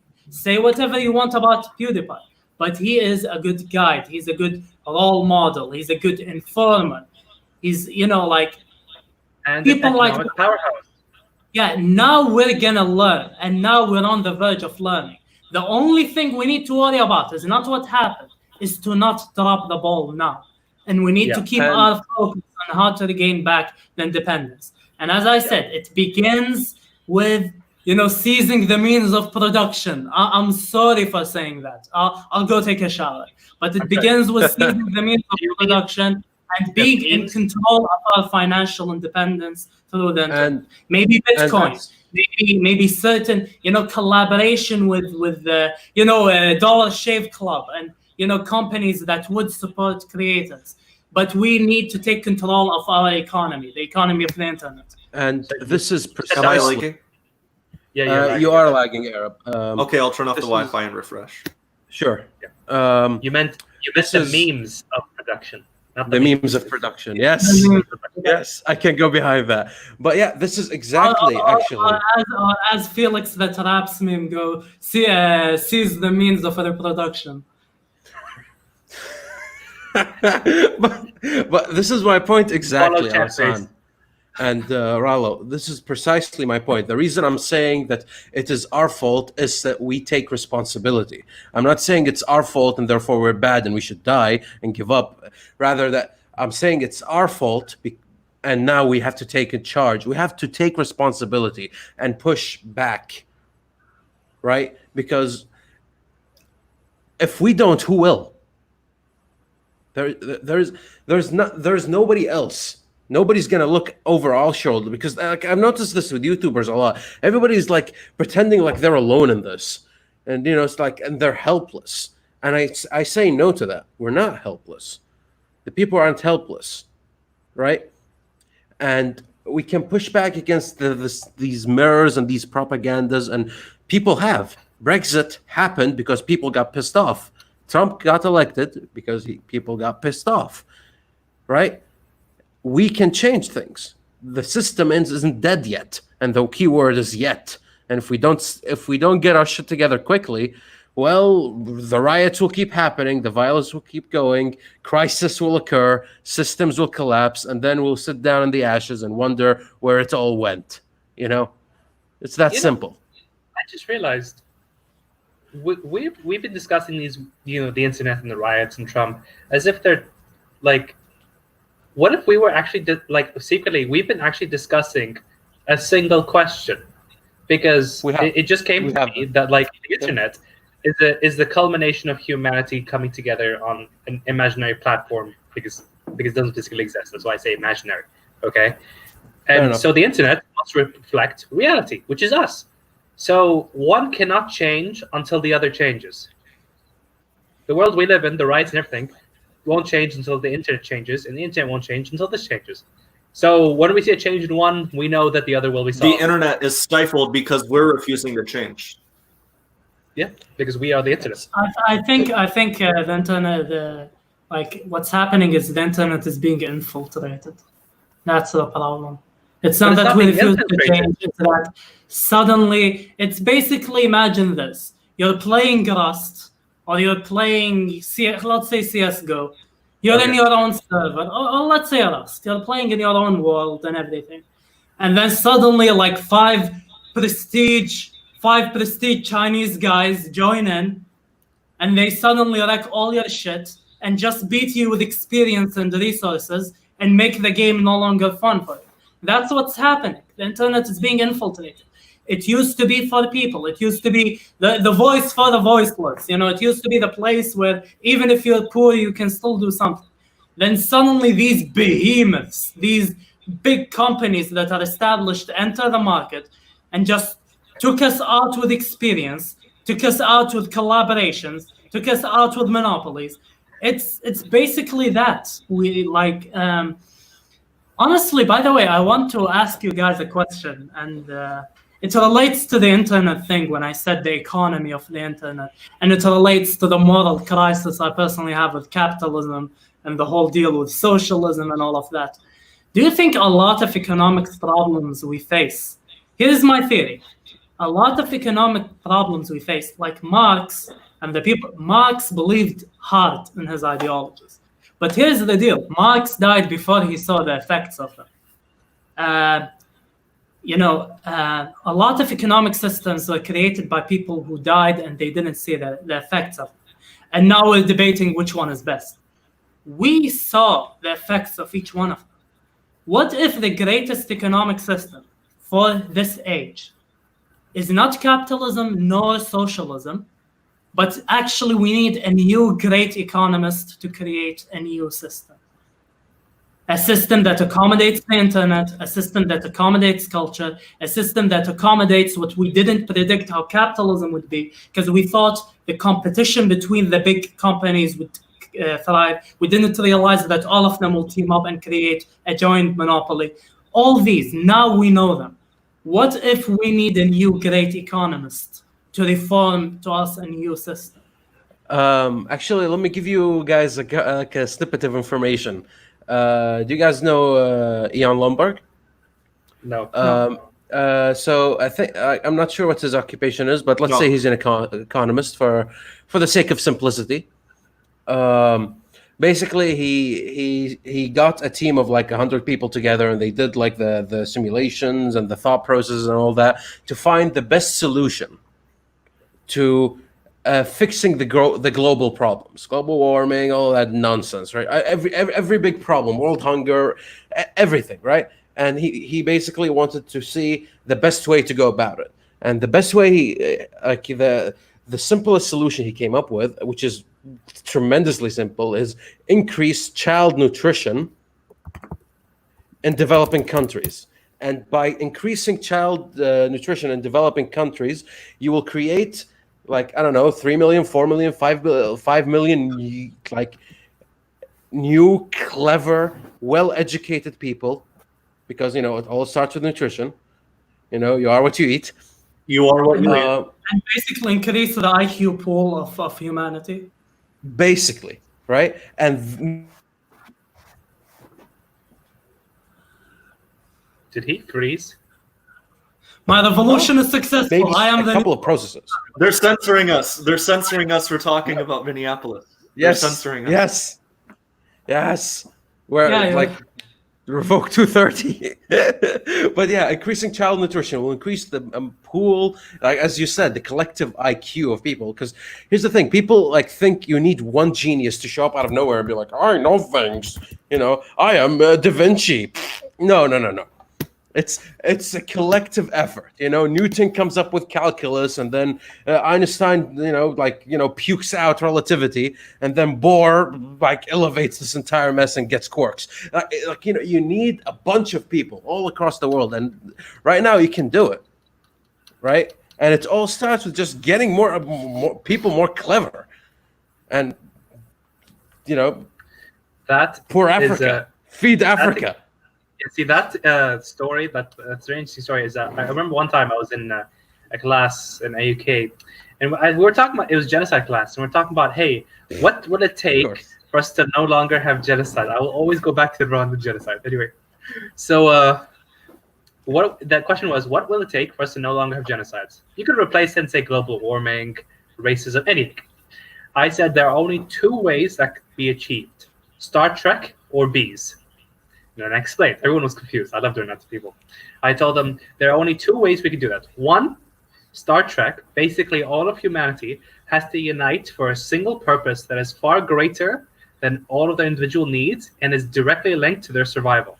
Basically, when you look at... the thing is, have you ever seen anyone get raped in Star Trek? No. No one gets raped in Star Trek. Star Trek is dumb. That's why... No, think about it. They're so preoccupied with everything, and they're already getting sex that they don't need to do it. They don't need to murder, rob, or rape. It doesn't exist in their universe. Why? Because everyone is so devoted and committed. They have a group of well-educated, strong, and resources people who do something, commit, adjust, but basically they are people who give a shit and do it. The second option is we become bees with a hive mind that says, don't do this, and but I don't want to do that. So that example that you gave is Star Trek. Right, there's a problem here. It's like Star Trek doesn't have incels. Exactly, that's the point. No. They're such a perfect society. They don't have all this bullshit. That's how they've achieved the perfect answer. They don't. If you're worried about money, it's like, who cares? We live in an economy that doesn't even need money. We don't even have the word economy anymore. We use it for other people. Doesn't work, though. No. Here's the deal. Sex with aliens all the time. Here's the deal. Honestly, I disagree with both of them. Yeah. One interesting point. You're not Star Trek. I wanna. Okay. Yeah, hold on. Is A-RAB lagging again? Because you're one thing I want to bring. Oh, you're 30 seconds go behind ahead, us A-RAB. in real time. Okay, Am I? Go ahead. Go ahead. We'll wait for you.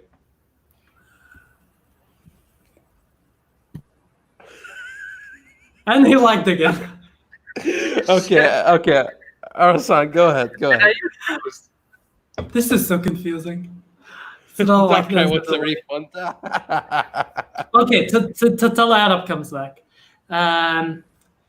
The problem I have with both. I can see your mouth moving. Continue. You told me for 0.2 seconds. It'll And screw you for that. Screw you. I have a shitty camera. Put it away. Please. I want to hear. Anyway.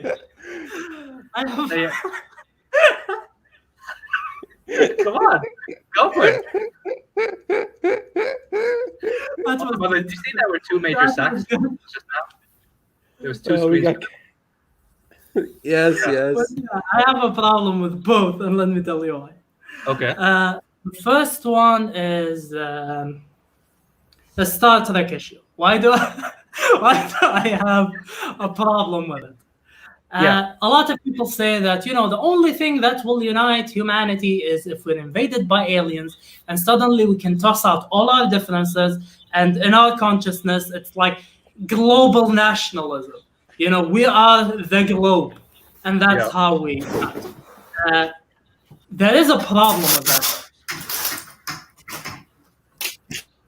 Yeah, go ahead. I muted him. Go ahead. When he comes back. Okay, so the problem is, first of all, this is temporary. It's fine. It's temporary. It's like Corona.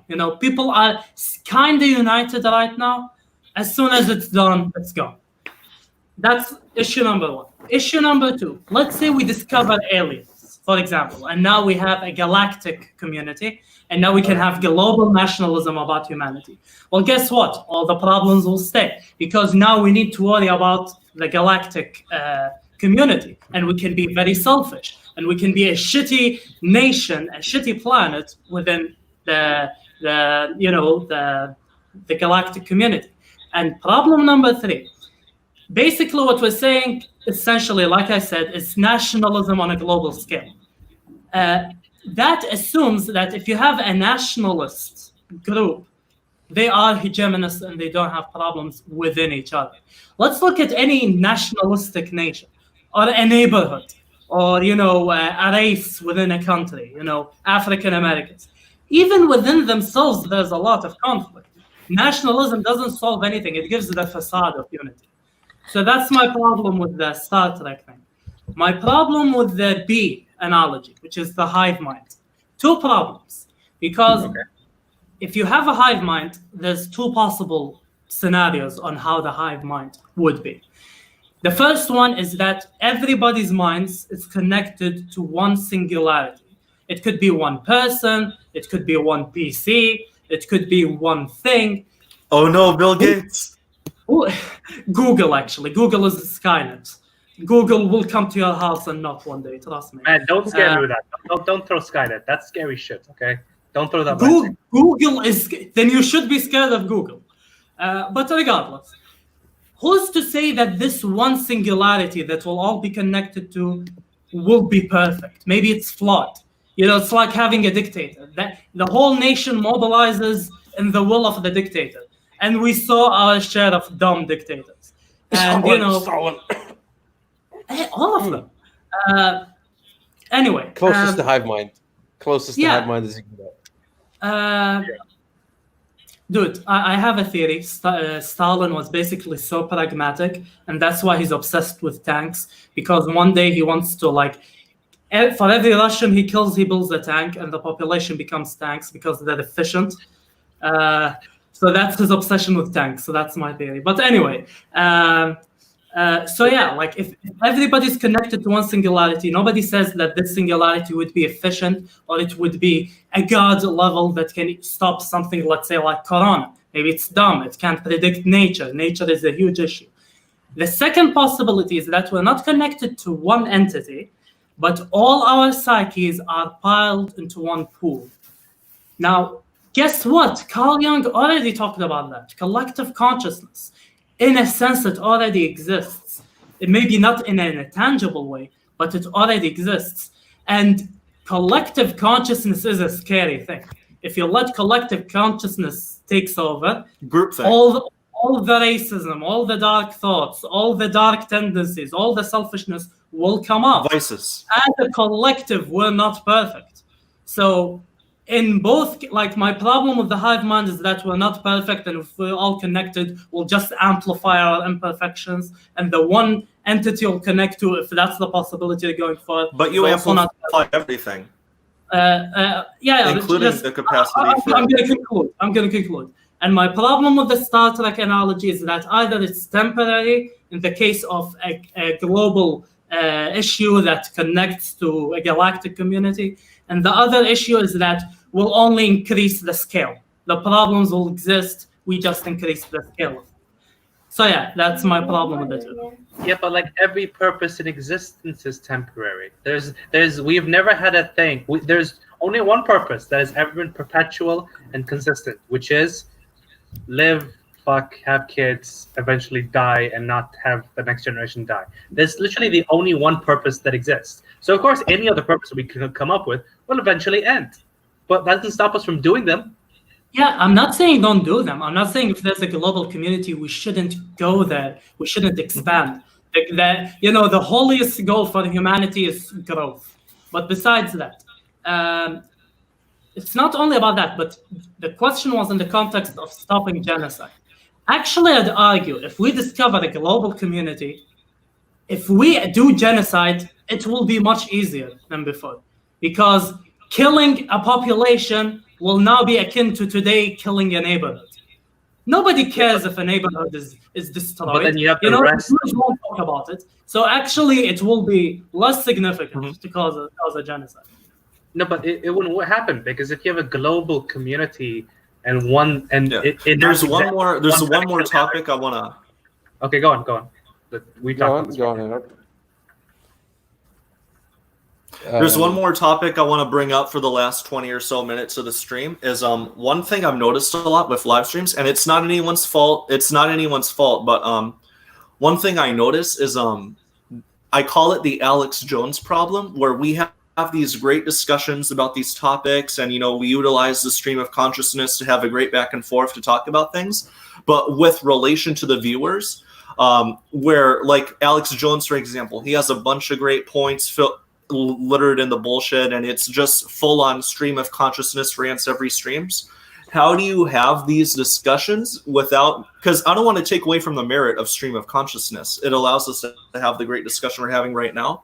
How do you have these discussions without going over the heads of the general viewer, the lowest common denominator, if you will? Not that you always have to appeal to the lowest common denominator in every situation, but generally speaking, what this point leads into is the idea of ideologies and revolutions and protests and things where the over-reliance of a single individual or a small group of leaders, instead of changing the people and improving the lowest common denominator, is when the leader dies, the whole thing dies in that situation. The over-reliance on leaders in different around the world. You kill MLK, or you kill Malcolm, or you kill anyone else in different revolutions or groups, political groups, and then the whole thing falls apart. How do you have these discussions utilizing the merits of stream of consciousness rant discussion without mitigating its effects and benefits, while not flying over the heads of the average viewer, lowest common denominator? Not to assume that they aren't capable of understanding these kinds of discussions or that they would lack intelligence, but just in terms of long term. I don't understand the question, but rather specifically, what are the things you're discussing in the question? The things I'm discussing in the question are over-reliance on leaders, delivering messages that leaders have to say and specific small groups have to the general populace without flying over their heads.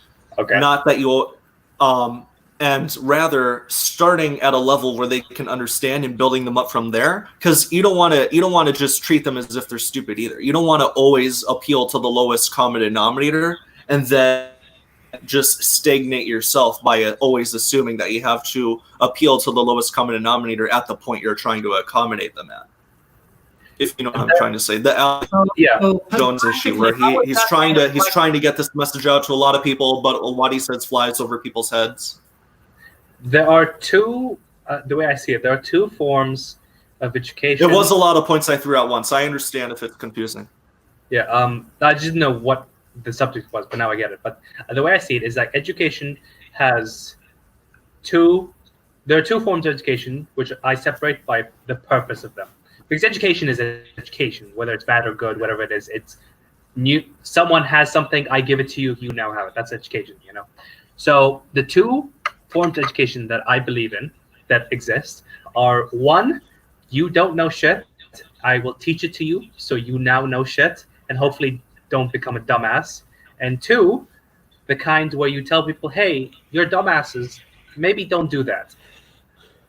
So I think you should have an active system of, first you start with this one where you teach people not to be dumbasses, but at the same time you kind of have this open, not because they will actually have achievements or results, because I doubt they will, because once a person is an idiot, you to allow for experience. Well, I think it's just for the principle of education.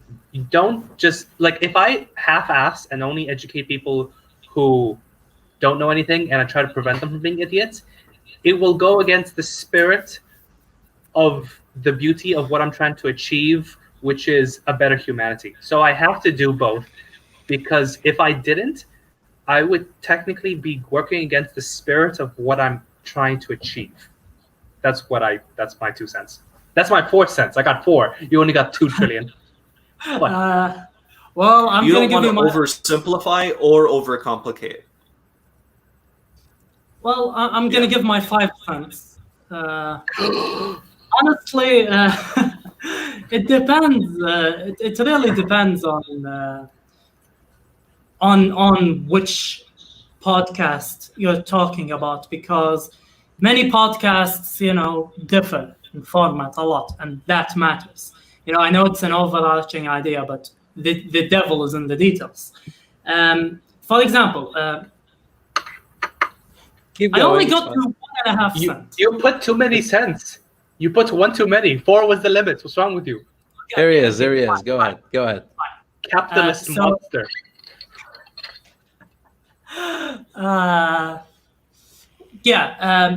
As I was saying, it really depends a lot on, the devil is always in the details. So I'll give you, let's take, for example, something like Alex Jones.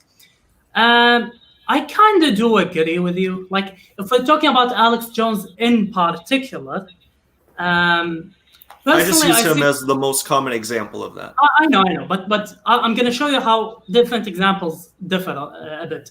To me, Alex Jones is kind of an echo chamber, to be honest, because it's like whatever he says, there's always a big idea in the background. The system is bad, there is a system, wake up, and the system is leftist. So any piece of news he gives you, any piece of information he gives you, it goes to that direction. It's 2 main things. The system is bad and it's leftist, and buy my supplements. We're talking about something like Joe Rogan. It's more like, let's not go Joe Rogan, let's go local. When we think of something like the salt grinder, and, Trillian is here, he can speak for that. I don't, personally, the way I see it, I don't think the salt grinder's goal is to educate people. It has never been the goal of educating people. Right, I mean... and the format of it, it's not like people telling others. The way the salt grinder, the way I see it goes, it's kind of like jazz, where, you have an overarching music idea, and then a musician does a solo, and then another musician takes that idea and builds his own solo and continues the idea, and then it moves on to the next guy, and moves on to the next guy, and moves on to the next guy. So by the end of it, you created a pool of an overarching music idea. And that's how it goes. It's like, I throw a take, someone replies to it, someone else, an idea sparks in their head because someone else said something. We read the comments, someone gave a take or gave a question, we discuss it. So it's kind of like that Greek type of school where it's like education by debate. You have a bunch of philosophers sitting, and they're all just throwing ideas, and some people are watching, and some people are participating. And by the end of it, everybody got away with something new. Everybody's horizon of thoughts got increased. A raging boner. Yeah, so a raging boner. I don't know how that relates, but boner is life. So yeah, that's personally how I see something like the salt grinder. I don't think its goal is to educate, more like to enrich by exposing people to each other. And throughout that whirlpool of ideas, it's not like one guy going on a tangent and people listening to them. No, everybody's going on a tangent and they're continuing it. And then by the end of it, build an overarching idea together. And that's where I would have went myself. A place like Alex Jones's show, a place like CNN, a place like, I don't know, wherever the Antifa congregate, and wherever what do you call them, the anti-blacks, what was their name? The place under the mountain where they dress like goats. Yes, you mean white people? All of these places, they're all the KKK. the KKK. All of those places are echo chambers. Yeah, white people. Say what we say when we say it. Say it again, and you can go home to your toys, as the great Bill Burr said, right? Yeah.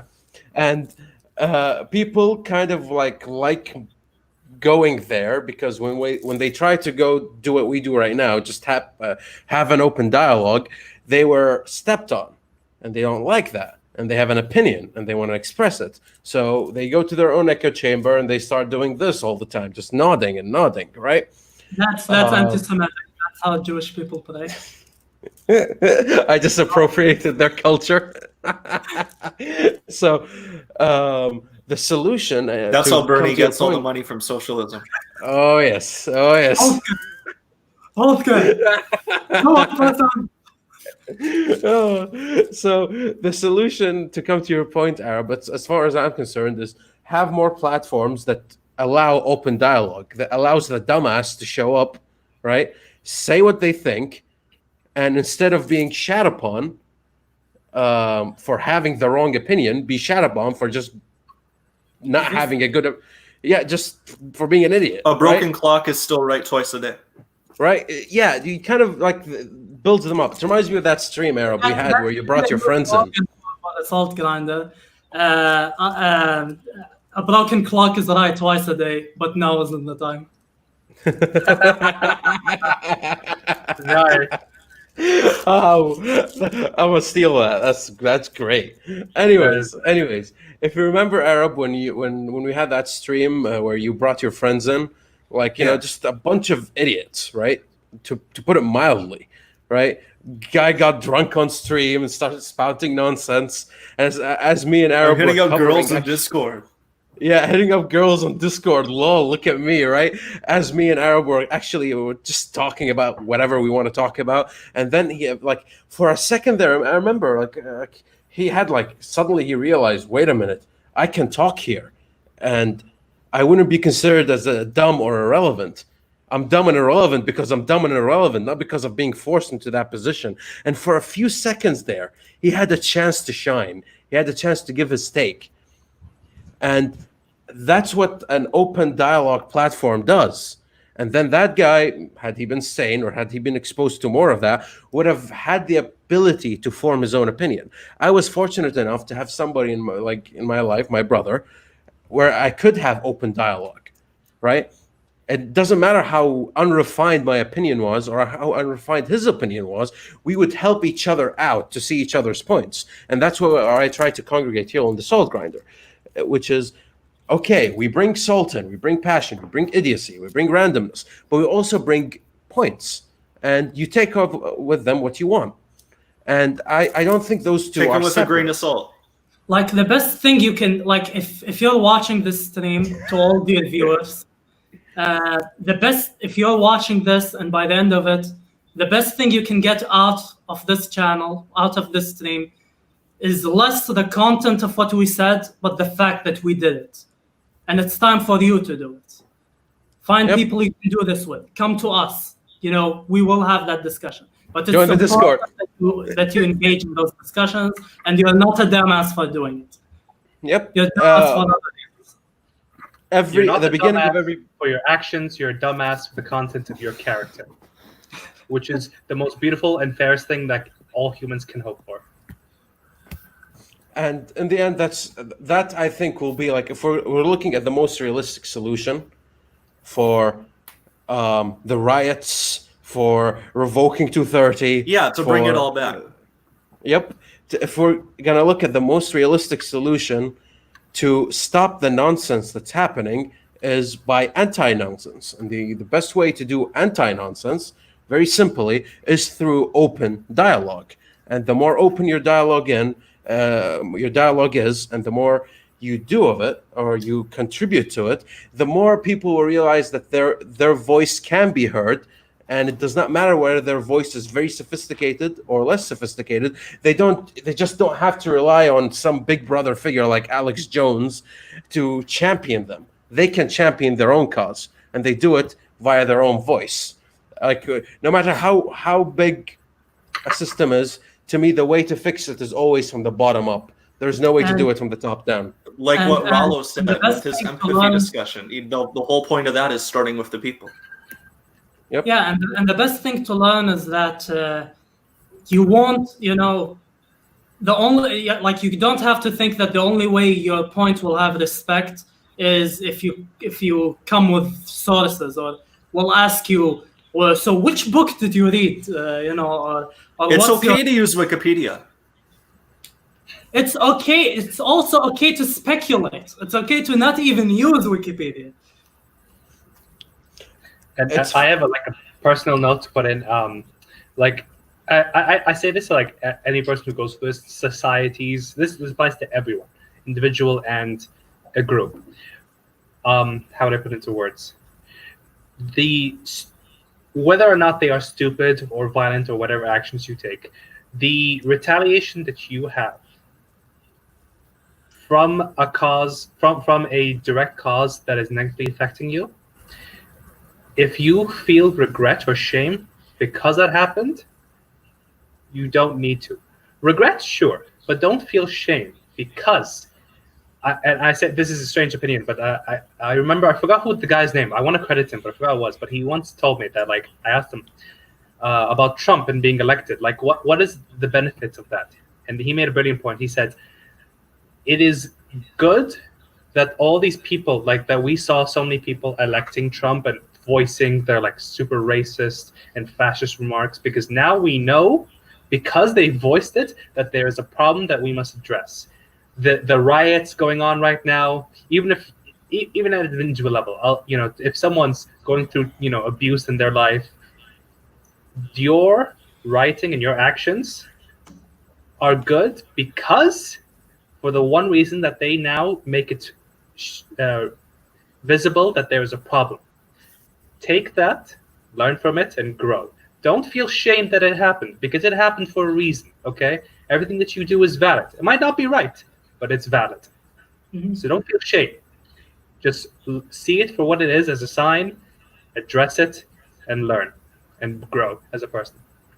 Basically, if you have an opinion that will create backlash, that backlash is the best reason to actually say it. You knowing that what you say will create backlash, because backlash is a symptom of the very problem that your rhetoric wants to discuss.